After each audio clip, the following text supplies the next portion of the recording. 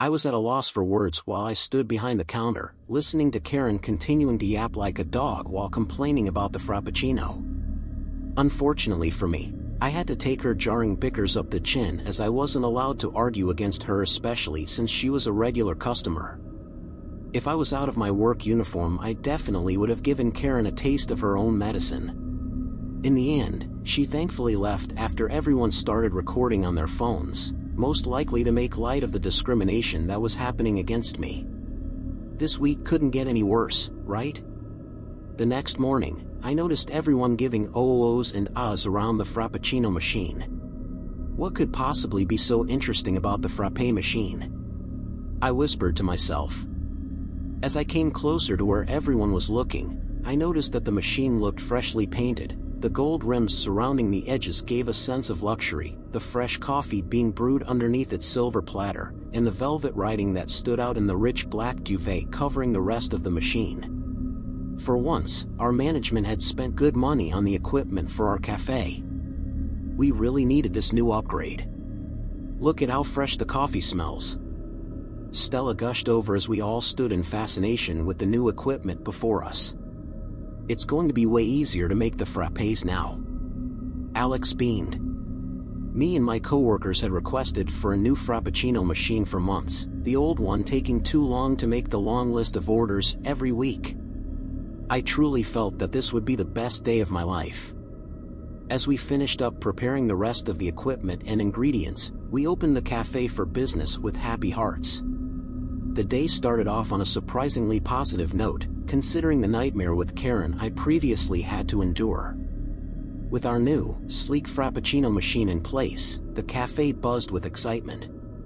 The aroma of freshly brewed coffee wafted through the air, and our optimism was high. I felt the weight of my shoulders becoming lighter as the tension from yesterday eased, my coworkers holding the same level of happiness as I did. Throughout the morning, the cafe was filled with satisfied customers, eager to try our upgraded Frappuccinos. Orders flowed in, and it seemed like this new machine would indeed make our lives much easier. The day was passing without any unusual incidents, and I began to think that maybe our bad luck had finally turned around. However, as the afternoon sun bathed the cafe in warm light, an eerie sensation began to creep over me. It was one of my gut feelings that I would feel once in a while, and I couldn't shake the feeling that something was off. A cold shiver ran down my spine when I glanced at the Frappuccino machine. It seemed to shimmer in an unnatural way, as if it were not just a piece of equipment but a living, breathing entity. I attempted to ignore the sudden urge to destroy the machine. It was completely brand new. Of course I would feel odd about using it at first, right? However, my unease grew when I noticed that the customers were acting strangely. They all had distant, glassy looks in their eyes as if they were under some sort of spell. They ordered Frappuccinos without even glancing at the menu and seemed to be in a trance-like state as they sipped their drinks. Even Karen was set into some trance, and for once I wished she would start yapping so this eerie atmosphere didn't feel like a nightmare. Stella, who had been so excited about the new machine earlier, was now unusually quiet, her eyes fixed on the swirling liquid inside a blender. Alex, too, had lost his cheerful demeanor and was mechanically making drinks. The optimism had died out in seconds for everyone, including me. I couldn't ignore the feeling that something was terribly wrong. I approached the machine cautiously, and as I got closer, I heard faint whispers. It was as if the machine was whispering secrets to those who were too close. As much as I wished I was dreaming, I couldn't ignore the subtle words they whispered so quietly in the air. You will become addicted. You will love us. You will worship us. These phrases kept repeating over and over again. I had to pinch myself just to make sure I actually knew what I was hearing. I didn't want to believe that I would encounter my demise on a Tuesday afternoon. I decided to investigate further. When I reached out to touch the machine, a surge of strange energy coursed through me. Visions flashed before my eyes, dark rituals, ancient symbols, and an evil presence trapped within the machine. I pulled my hand back, trembling. This machine wasn't just an ordinary appliance, it was cursed, and it was ensnaring both customers and my coworkers. Become addicted, love us, worship. I stared at Stella, terrified by the tiny words she kept repeating on and on. Soon I realized that all my coworkers started repeating these phrases, and I was the only one that wasn't in the same trance as everyone in the cafe. I knew I had to break the curse, but I had no idea how. As the day wore on, it became clear that the Frappuccino machine was gaining more control over the cafe, and the customers were becoming increasingly robotic. Desperation welled up inside me as I realized the horror of our situation. I had to find a way to stop this cursed machine and save everyone from its malevolent influence. But breaking a curse wasn't as simple as serving coffee. This was a battle between the supernatural and the mundane, and I was determined to fight it, no matter the cost. As the cursed whispers continued to echo in the Starbucks drinks, I knew I had to act quickly to save my coworkers and the entranced customers. My heart pounded in my chest as I brainstormed a plan. I couldn't rely on anyone else. I was the only one unaffected by the sinister apparatus. I had to think of an idea fast, or I would be captured in this nightmare. First, I needed to figure out the source of this curse. I remembered the strange visions that flashed before me when I touched the machine. There must be a connection between the ancient symbols and the malevolent presence trapped within. Gathering my courage, I approached the machine again, determined to decipher the symbols and understand the curse. I had to at least try to calculate what the symbols meant. I examined the velvet writing on the machine's black surface. The symbols seemed to shift and change, as if they were alive. Some were familiar, reminiscent of ancient runes, while others were completely alien. Taking extra credits for history helped me more than I expected. I jotted them down on a piece of paper, hoping they would provide some clue to breaking the curse. Next, I needed to find a way to disrupt the trance that had ensnared my coworkers and the customers. I grabbed a pitcher of cold water and, with a deep breath, splashed it over Stella. She sputtered, her eyes slowly regaining focus. "Stella, snap out of it," I urged her. "You're in danger." "We all are." She blinked, confusion and fear dancing in her eyes. What's happening?" I quickly repeated the process with Alex and the other baristas, dousing them with cold water to break the curse's hold. As they regained their senses, panic washed over their faces. I could finally see one sign of hope. "The machine, it's cursed," I explained hastily. "We need to figure out how to stop it before it takes control again." Together, we huddled around the symbols I had transcribed. Stella, with her deep knowledge of the occult, recognized some of the symbols from her research. She explained that they were linked to an ancient cult that worshipped a malevolent entity known as the Caffeine Demon. This entity thrived on addiction and aimed to consume the souls of those addicted to caffeine. "I will have to crack a banishment spell. I just hope this works," Stella explained to the rest of us as she continued to decipher everything while I jotted the new symbols down. We knew we had to destroy the machine to break the curse. But it wouldn't be easy. The Caffeine Demon's power had infused the Frappuccino machine, making it nearly indestructible. We needed a plan. With the remaining customers still entranced, Alex had the idea to lure the Caffeine Demon out of the machine by brewing the strongest, most potent coffee imaginable. "This will work, I am sure of it," he responded, knowing we had no other choice left to make in our short time span. Stella, with her expertise, concocted a brew so intense that it began to disrupt the machine's hold on the customers. As the Caffeine Demon emerged, a dark, smoky figure materialized above the machine, swirling with malevolence. We confronted it, armed with the knowledge that we had gathered.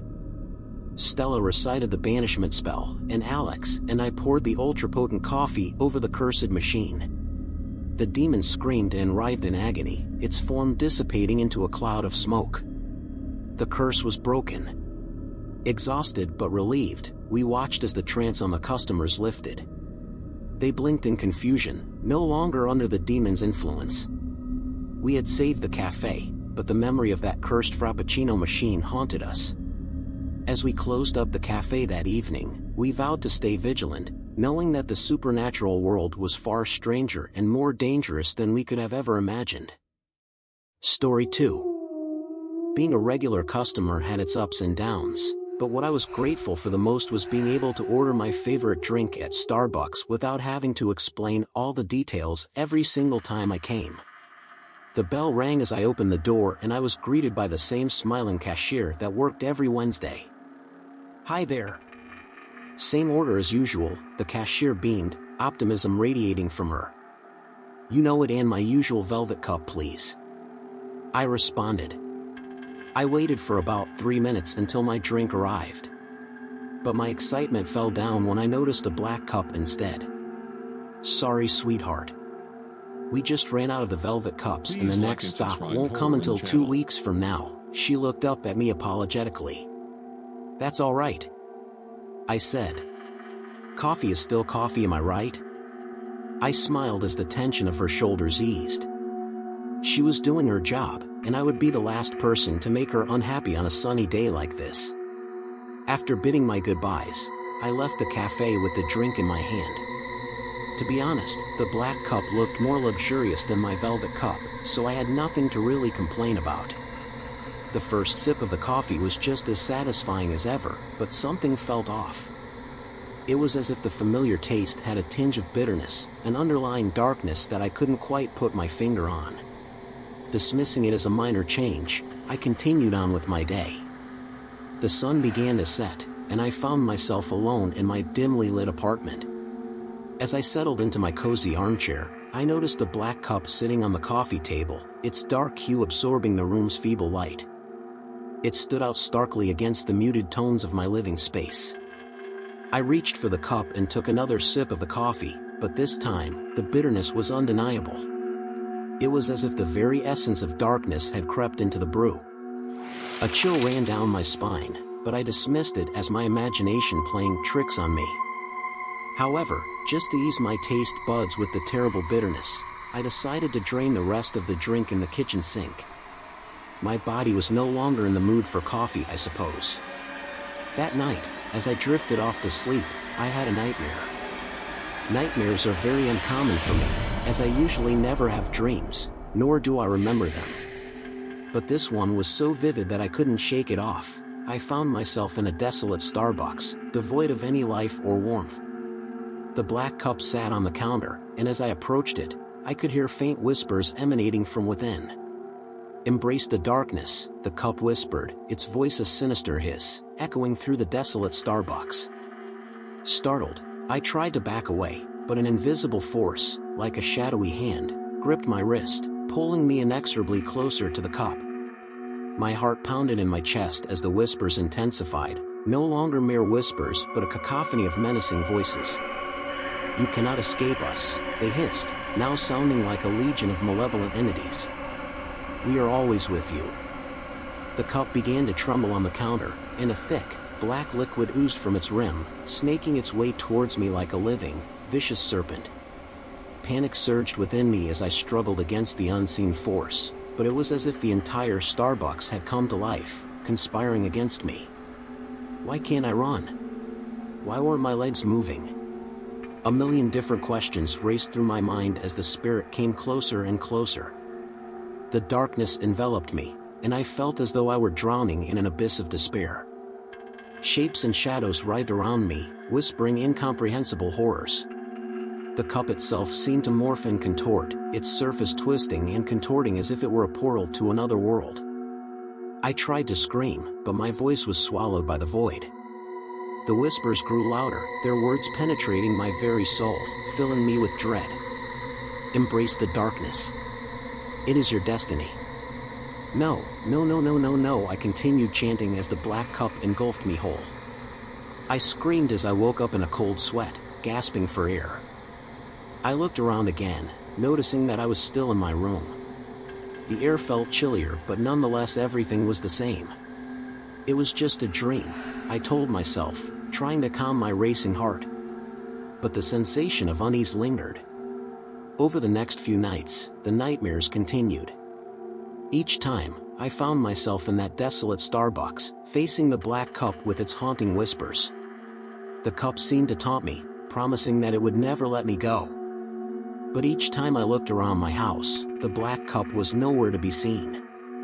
I started to hyperventilate at the thought of the black entity still being here, as it stood firm on my kitchen counter. During the day, I couldn't escape the feeling of being watched. Shadows seemed to move in the corner of my vision, and the bitterness of that cursed coffee lingered on my tongue long after I had finished drinking. I decided to return to the Starbucks where I had received the black cup. The same cashier was there, her smile as warm as ever. I hesitated, then finally asked her about the mysterious black cup. "Is there something special about that cup?" I inquired cautiously. Her expression turned serious, and she leaned in closer, as if afraid of being overheard. "We've had a few customers mention strange experiences with that cup. Some say they hear whispers, others claim they've had nightmares. It's just a rumor, of course." I felt a chill run down my spine. It wasn't just me. Others had experienced the same haunting presence. This rumor was not to be messed with. I decided to return the cup to Starbucks, hoping that it would end the nightmares and the whispers. As I handed the cup back to the cashier, she looked at me sympathetically. "I'm sorry you had to go through this," she said, her voice filled with genuine concern. That night, as I slept, I had one final nightmare. The black cup appeared again, but this time, it was shattered into 1,000 pieces, and the whispers were silenced. "You will pay for this," the black entity screamed, disappearing into the remaining darkness. I woke up feeling a profound sense of relief. In the following days, the nightmares ceased, and the feeling of being watched disappeared. It seemed that returning the cursed cup had broken its hold over me. But every once in a while, when I passed by Starbucks, I couldn't help but wonder about the mysterious black cup.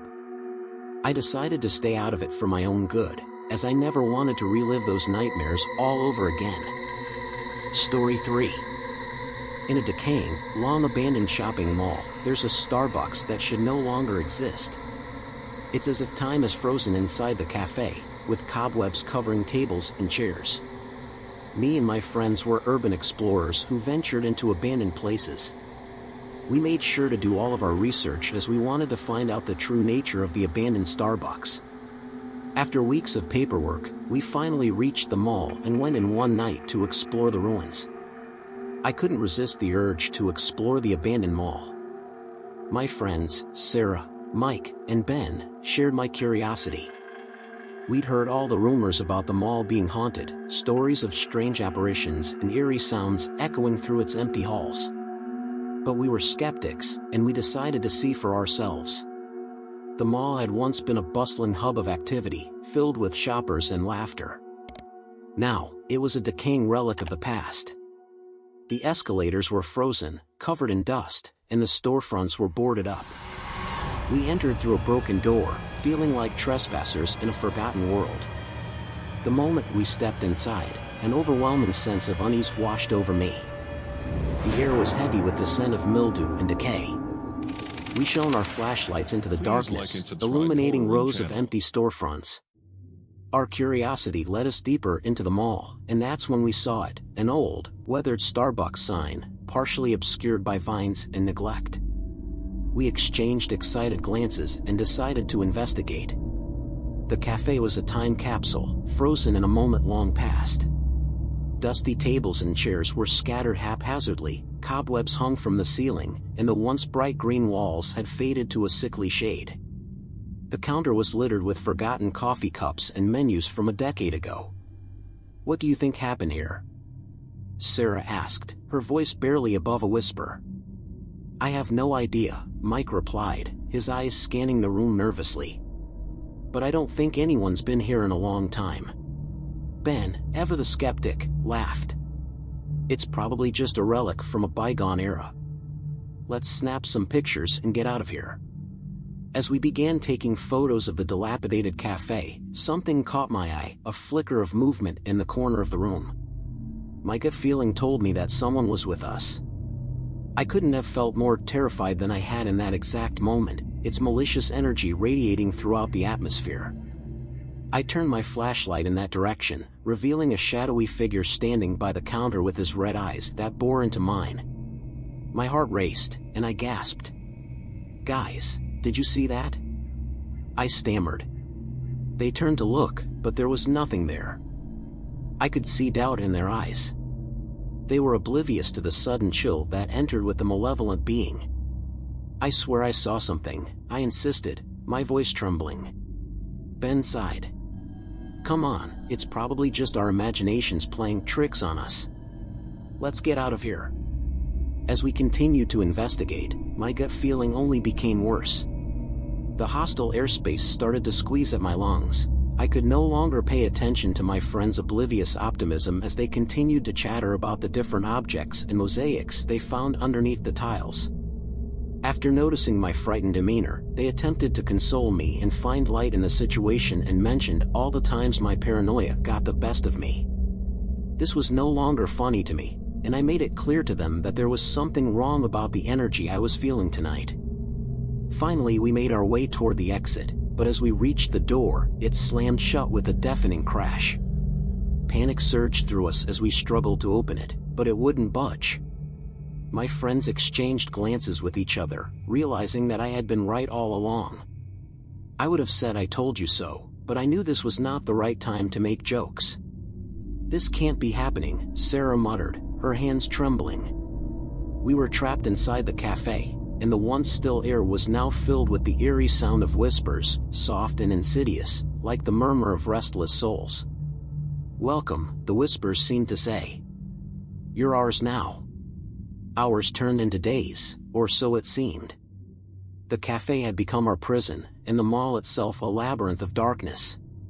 We were haunted by inexplicable visions, apparitions that flickered in and out of existence like ghostly memories. Some were shadowy figures that resembled shoppers frozen in time, while others were grotesque, nightmarish beings with contorted features and eyes that glowed with hostility. These apparitions would appear suddenly, lurking in corners or floating eerily above our heads before vanishing back into the darkness. As the days stretched into an endless night, the sense of being watched by unseen eyes grew more oppressive. It was as if the very walls of the cafe had eyes that followed our every move, and the once familiar surroundings had become a sinister stage for some unseen audience.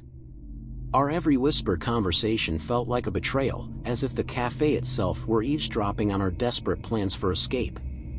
Desperation set in, gnawing at our minds like a relentless predator.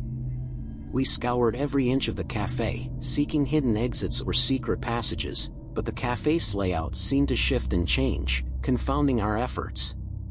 Doors that had once led to storerooms now opened into endless black voids, and corridors seemed to loop back on themselves, trapping us in an endless, disorienting maze.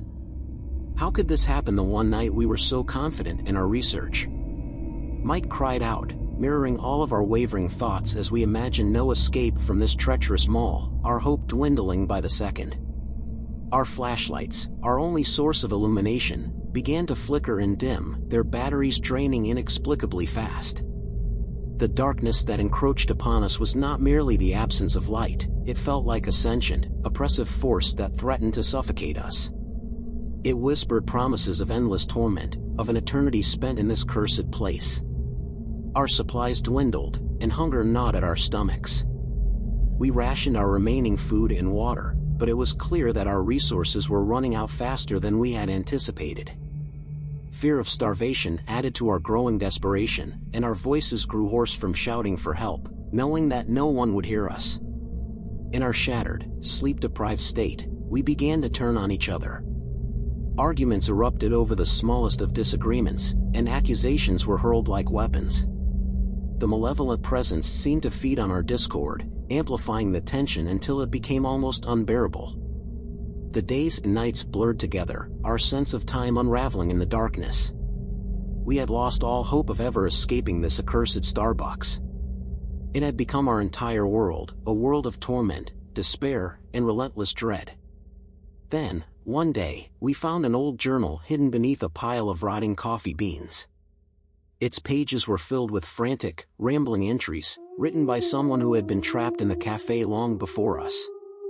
They spoke of a malevolent force that held them captive, a force that fed on their fear and despair.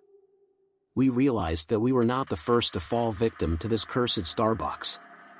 The darkness had claimed others, and now it hungered for us. As the days turned into weeks, we grew weaker, our hope dwindling with each passing moment. The whispers grew louder, more taunting, and the apparitions became more real, more threatening. Then, one fateful night, we heard a voice, distinct from the others, a voice that offered a glimmer of hope. It spoke of a way out, a way to break the cafe's hold on us. "You are now free," it whispered, "you no longer have to wallow in pain." With newfound determination, we followed the voice's instructions, performing a ritual to confront the malevolent force that bound us. It was a harrowing battle, a clash of wills and a test of our resolve. As the final words of the incantation left our lips, the cafe trembled, and the darkness that had ensnared us began to recede. The whispers faded, and the apparitions dissolved into nothingness. We found ourselves outside the Starbucks, standing in the dimly lit mall, our bodies battered and exhausted. The curse had been broken, and the malevolent force had been banished. Even though we survived, we couldn't look at each other the same. The once unbreakable bond we had with each other shattered into a million pieces, our mental health deteriorating just like the building we were once trapped with. No one ever spoke about the abandoned Starbucks ever again.